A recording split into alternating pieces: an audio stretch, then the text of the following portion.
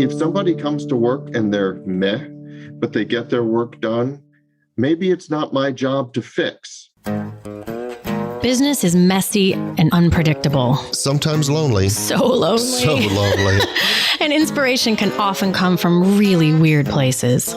We pick up where the bullet point blogs and the highlight reels leave off. We start with the stories. So here's my story. And it arises from a conversation that I had with a friend of mine over what I still think of as a for reals breakfast, as opposed to a Zoom virtual coffee. Oh, you mean there were plates of food in front of you and you were using forks and knives and chewing? Yeah, there was another person. Although it would have been rude and a little bit bizarre, I could have reached across the table and actually bonked them. But I did not. I refrained from doing that. But you could have. But I could have, if she was speaking a little lowly, I could have just flopped her on the forehead. I could have bombed her on the forehead, or just kind of started pressing the button and go, "You're on mute." Anyway, but she runs a small company and she's really involved with her employees, and so she hired one employee who's like this executive assistant and person that handles all of these various things for her without just a strict job description. And the person that she hired is just a rock star. Was really good. And frankly, as she said to me, during the hiring process, told this person that you're overqualified. Mm-hmm. You're too good for me. This is just, you're too good for me. I don't deserve you. But no, you're overqualified. I need, there's certain things that I need that it's not drudge work and that anybody could do. So there are certain things that require real skill and thought and planning, but there is some drudge work here, and they're going to have days and maybe weeks that are not going to be stimulating for you. And the applicant, now employee, I'm going to call her Wendy. Okay. So Wendy. I love how much thought you put into that. Like I could see the wheels turning. You're like, I'm going to pick a good name. Okay, Wendy. Pick a good, right. So Wendy said, no, this is what I want. It's fine for me. I don't want this high energy environment that I was at. This sounds great. Okay. So Wendy started, she was a rock star. She was doing everything that was necessary, but she kind of, over the time that she was there, kind of appeared like meh.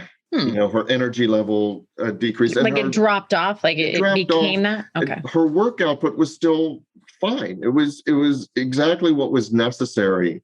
But so what my friend started doing is thinking, well, wait a minute. Wendy has this advanced degree and she has this interest.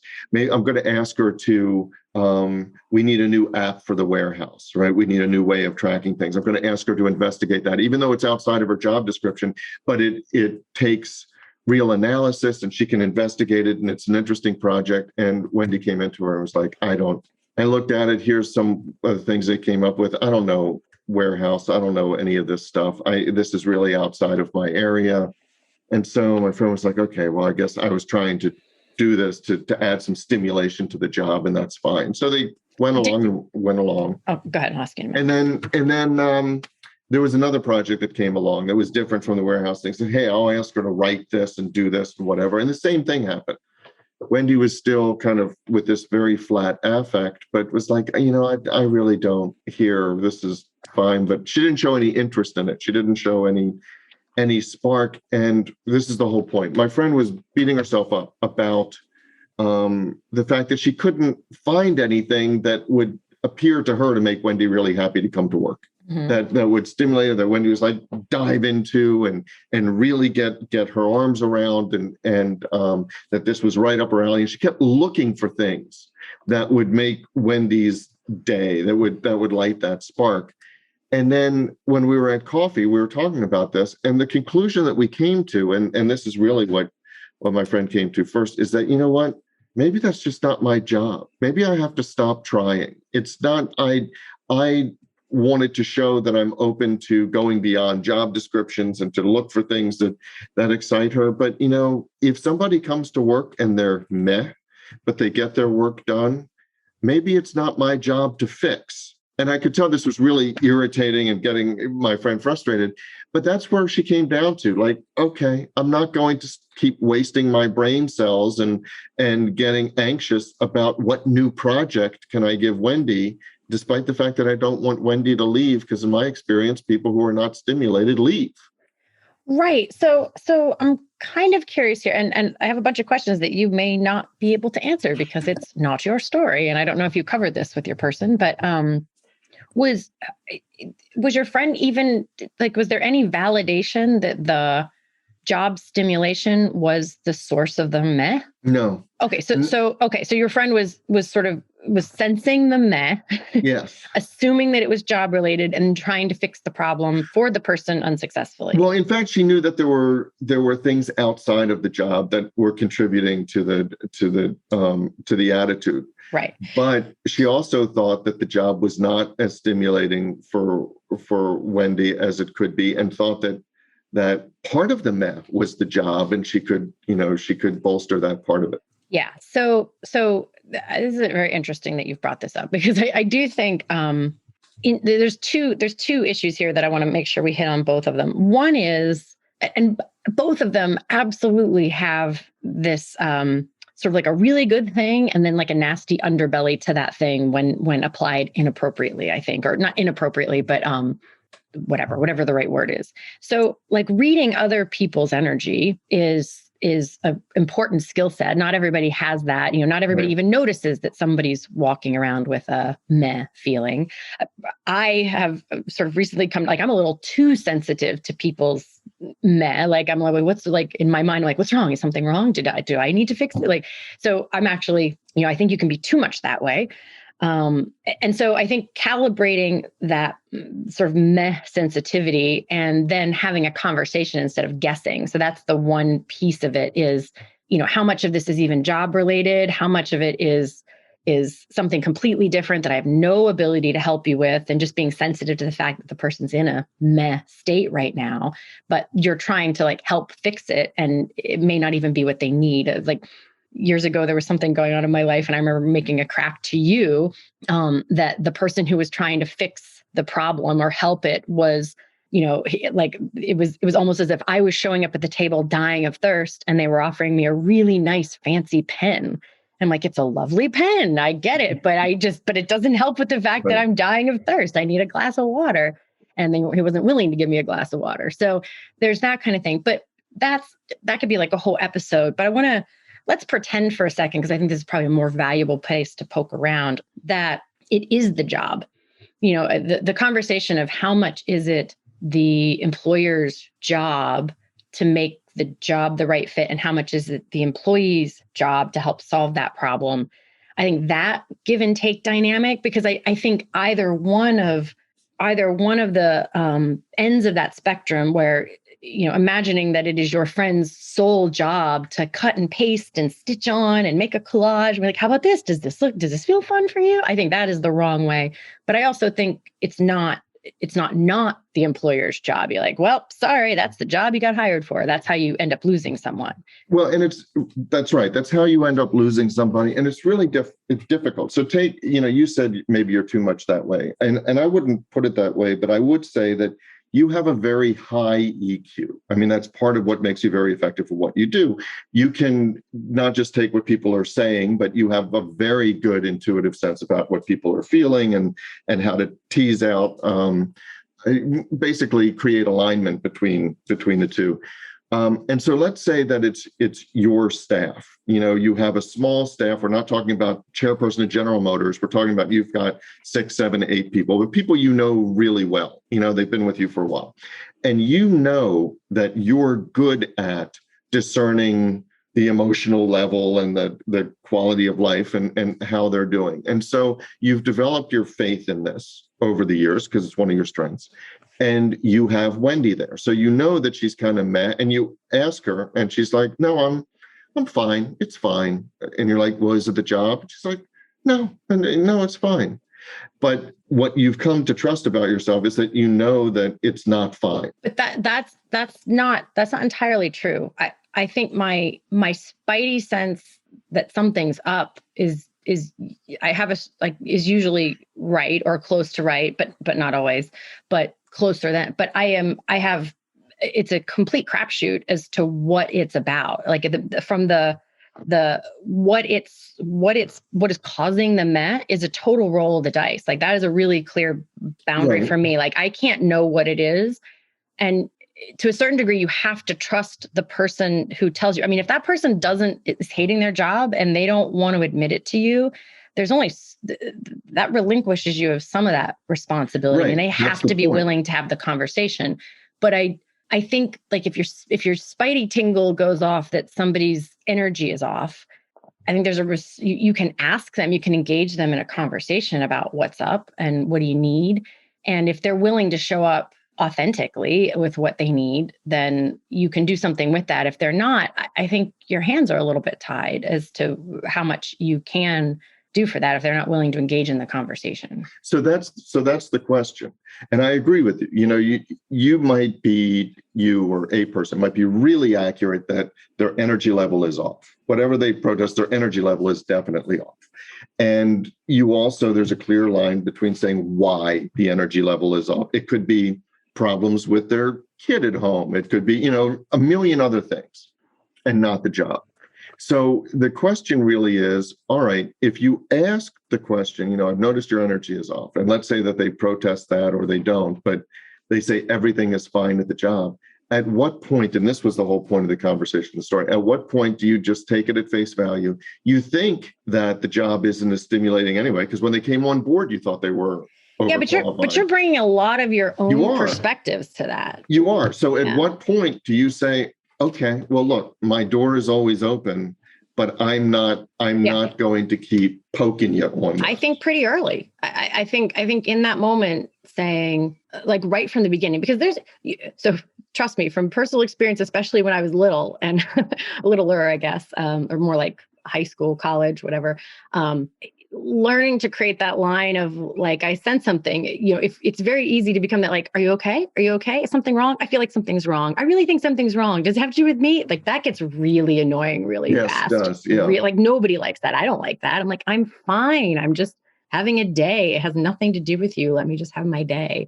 So I think, if you notice something, asking a person about it, but then trusting them to handle their part of the thing is a lot of it. Whether or not they're being honest or not, I think at that point is not your issue. If you make it clear, look, I want you to stay here in this company, and I am willing to cut and paste and shape this job in a way that you will find interesting. If ever part of your meh is this job, please engage me in conversation. Like making that so clear that they're never able to go off on their own and be like, well, Elliot, this person doesn't care, or Jody doesn't care, or my boss doesn't care.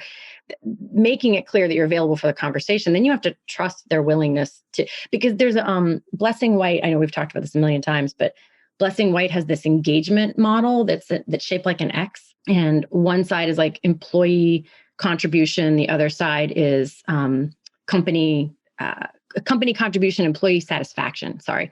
So it's like, how happy is the person and how much are they contributing? Mm-hmm. And how much are they contributing to the company? To the company. And so like you can have somebody who's contributing a lot, but isn't happy, and they're like at risk of burnout. Right. Or there's people who are pretty happy or not happy, whatever, but they're not contributing a lot. On those lower levels, you might have people who just like disengage. And we did that episode on like quit and stay, they're just sort of like feet up, whatever. But part of that model that they have, and why I love their work so much, is they go into, like a lot of companies do, they go into a great detail about what is the role of the executive team, what is the role of direct management. If you have that many levels, you in your friend's company, those would be the same thing. Yeah. And then what is the role of the employee in their own engagement? And it's a piece that I find missing in a lot of conversations about employee engagement. Make it sound like it is the parent, the parents, the manager. I was just thinking about it. Sort of also applies to kids. Like it's my job to expose my kids to experiences that light sparks, but it's not my job to drag my kid and be like, do you like this? Do you like this? How you want to do more of this? Like they have to sort of pick up the mantle at some point and say like, I'm really interested in that because, if when you were first telling the story, I was wondering if there was going to be a part where your friend sat the person down. Let's say you sit them down and the conversation goes the other way. Like, it seems like you're kind of meh. Is it the job? Yes, it's the job. I think even then, it's still not on your friend's shoulders to do all the creative work and the testing of like what it would be. Then it's this conversation of like, okay, well, what does sound interesting? Is there something already here that you want to do more of? Is there something that isn't even here yet that we might want to do that's not, that would that's pique true. your interest? You can't cure it, because if the office manager would be far more stimulated if he were a neurosurgeon, it still doesn't mean that he gets to play neurosurgeon. No, of course not. So there is a limit to the cure, and you're right. There's a limit there's the lead a horse to water thing, just like you said with your kids. If you put them in an environment and give them opportunities to find their spark, at some point, they're the ones that have to identify the spark and tell you what they want to pursue. Right. But imagine if your office manager, if you're a really small company, and so it's not like you don't have an HR division and a marketing division and whatever. I'm trying to think of other random divisions. But if your sort of general office managery, executive assistant person says, I would really love to dabble around in social media and marketing stuff. Like, that would be really exciting for me. Well, have at it. Like, I can't really afford to have a person who's doing that. So even if it doesn't go extremely well, doesn't matter. I would really love to take on some HR or facilities stuff. I'm going to handle the benefits for the company. Okay, that's something I don't have to do. Getting them to help co-design what comes next for them, I think, is a real opportunity. And it doesn't mean they have to know, but I do not think it is management's job to come up with all the ideas and test them. No, and I also think that management reserves the right to say no. So if I have my executive assistant, as I know you do, I wasn't saying you were implying otherwise, but as if my executive assistant says, I want to do HR, and I'm like, no, because HR takes certain skills and you can't dabble in HR in our company. You can't do that.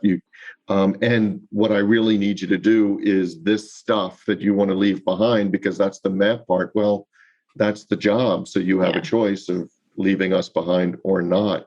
But I do think there is this impulse to try and cure it, particularly if you're on a small team. Oh yeah, for sure. Because you get a good the impact of losing a good person on a small team is brutal. Like it's we've actually joked about the psychological sort of abandonment issues of it after, you're sort of like in your mind, you're like, oh, we're going to get business married and have business babies. We'll be together forever. And then they leave. You're like, no. And you can't have, in larger organizations, if it might be your team in this division of 10 goes down to 9. Okay, well, I get that 10th person who left could have been really important, but you have these other people to pick up the slack. But in a small company, your team of 1 doing this job leaves, then it creates this disproportionate load and learning curve and could really hobble the organization for a while. But I don't want to miss one other part of your story that I really think is important, is how much the pre-story of you are overqualified colored the reaction to the meh. So so sensing the meh is great. It's way better than not sensing the meh. But your friend immediately filtered that through the filter of the story that you had, which was this person's overqualified. Therefore, meh equals they're bored because it's not stimulating enough. And imagine, because I have seen this with a bunch of companies, imagine if the story you have about that person is that they're kind of a slacker, or make up some bad story that you've decided about this person, where maybe your trust has been cracked a little bit and you're not so sure you entirely believe in them anymore. You see them being meh, well, they don't want to put their effort in. Like the pre-story you have, that's why I don't trust my guess of what the energy thing that I think I feel is. And sometimes it's nothing and I have to just trust that. But like when somebody feels weird to me, I have to be so aware that what I guess is weird is always going to reflect what I think about them more than it is probably what's true for them. I mean, sometimes they'll be the same, but again, that's a roll of the dice. It's a 50-50 split that may have anything to do with it. And a lot of times it has nothing to do with anything I even know about. So, and that's just my own experience, but I watch it happen with my clients where they'll sense something, and whether it's an energy sense or whether it's, and we have joked about this one before, oh, that person, came in dressed up and they were gone for a couple hours. Well, if you fundamentally have a lot of trust in them and believe in them, then you imagine that you may not even notice. But if you have lost trust or you think something yucky of them, then you immediately imagine that they're interviewing with other people, and they're like, that writes the story. No, you're right. There is a self-fulfilling prophecy part of it, because when the person came in and said, well, I think you're overqualified, what that translates to is, I think you're going to be dissatisfied with this job as it stands now. I think you're going to be dissatisfied with this job. And so if the person comes in, if Wendy came in and was just having a bad day because her dog got sick or because of whatever happened at home, then you see this flat affect or whatever, and you think, yeah, it's coming true, exactly what I thought. She's bored with the job, when really she's just worried about her dog. Right. So there is that danger, and there's also the danger of not buying into the white horse fantasy where you ride in and you save the day for all of your employees and you make life worthwhile and you cure whatever ails them, and that's a part of it for Galahad. Yeah, you're like, oh, thank God you're here, because my life was going down the tubes, but now you've cured that. Right. Well, you bring up a really good point. I think there's there is a whole, it's a different kind of boundaries conversation around, what is your job to fix and what isn't. And there is something about, especially in small companies like that, or if you have a small team in a larger company, even where, part of what can be really fulfilling about leading something is that you can help people, that you can create opportunities and environments where, I won't go so far as to say their wildest dreams come true, but you can create possibility for people. I mean, some of my favorite experiences when I was working in a larger company, the architecture firm, which is larger than mine. It's not a huge company, but was that, like, when I saw somebody who had a lot of potential, that I could sometimes, not always, but sometimes create a path for them to really grow and do something. We had a young, I will say girl, because when she started working for us, she was I think she was 16, maybe 17. And she started as it was her junior or senior year, and her high school had a program where if you were doing well enough, you could come, and you could do your classes sort of towards the morning and then spend your afternoons working somewhere. And we hired her for that. And she answered the phones, and she would barely speak a word to anyone. And she was so shy and so, but I could tell, but she was smart and she tried really hard. And she was looking at a couple careers that are perfectly fine. But I felt like, she was considering cosmetology school. She was considering being an ultrasound person, very perfectly acceptable careers. But yeah. I felt like she had more to give than that. And it wasn't easy though, because she didn't have ideas and whatnot. So it's exactly what you were. And I definitely was a little Galahad-y about it. I have to say, I'm like, I'm going to make a path for her.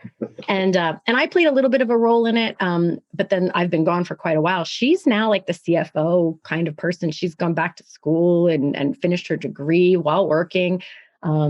And she handles like all their finance. I love seeing where she comes, and that feels really good. And so, but I have probably 10 stories where I pulled out that same kind of like Galahad-y energy, and it was probably not so healthy or good. And I think there's that, like, who are you doing it for is a really important question, because like in that case, I feel like I maintained good boundaries around like letting her choose her own thing. But there are a couple other stories where I was a little bit too in it for the, like, maybe not my own, maybe more for like how good it felt to me to be that white horse. Well, and just to be clear, it's really because of you that this 17-year-old never got to be a cosmetologist. Stop. No, she would have been a great cosmetologist. And like, And there's you, nothing well, and wrong you with put a that. stop to that. Like, this person wants to be a cosmetologist, Yeah. and you're like, well, And I I'm gonna squashed put a her stop to dreams. that. Exactly. Not on That's my what I watch. do. No more cosmetologies. No, it's great. But I think this is a really important thing because there's so many places where, as a leader of anything, you have to have balances in where you invest your energy and time and whatnot. And what part is yours to fix, and what part is the employees to fix, is really tricky. And at the end of the day, if just like in personal relationships, I mean, all of this is the same way. If someone's just like, fine, everything's fine, and it really is about you, and they refuse to tell you, like, it's the same with employees. Like if that employee, which is your original question, like, how far do you keep going? I actually don't think you hold on to that very long at all if you've made it clear that if and when they want to talk about it, that your door is open. So that's our story. But the discussion doesn't have to end here. No, it does not. In fact, we don't want it to. No, we don't. That is why we actually have our private Facebook group. Which we started to make sure that we could get your comments, your rants, your thoughts. Your stories. Your stories. You can find links to that group as well as show notes and links to subscribe via email and how to find us just about anywhere you can possibly find podcasts at sohere'smystory.com. And you can also find us on Facebook and Twitter at SHMS Podcast. And since we know it takes a village, Yes, it does. we'd like to thank our village, our super talented, incredibly patient team. And occasionally snarky Ooh, team. yeah, but in the best of ways. In the best of Lovingly ways. snarky. Yes. Good mockery. So a huge shout out to the people who actually help us produce our show. First, our sound engineer, Tom Hansen. Thanks to Christy Schmier for our brilliant show notes and all the other fantastic writing she does for us. And to Taylor Mathauer for doing just a little bit of everything. Including wrangling us. Including wrangling us. Which is no small feat. No, it's not. This is Jody Hume. And I'm Elliot Wagenheim. And you've been listening to So Here's My Story.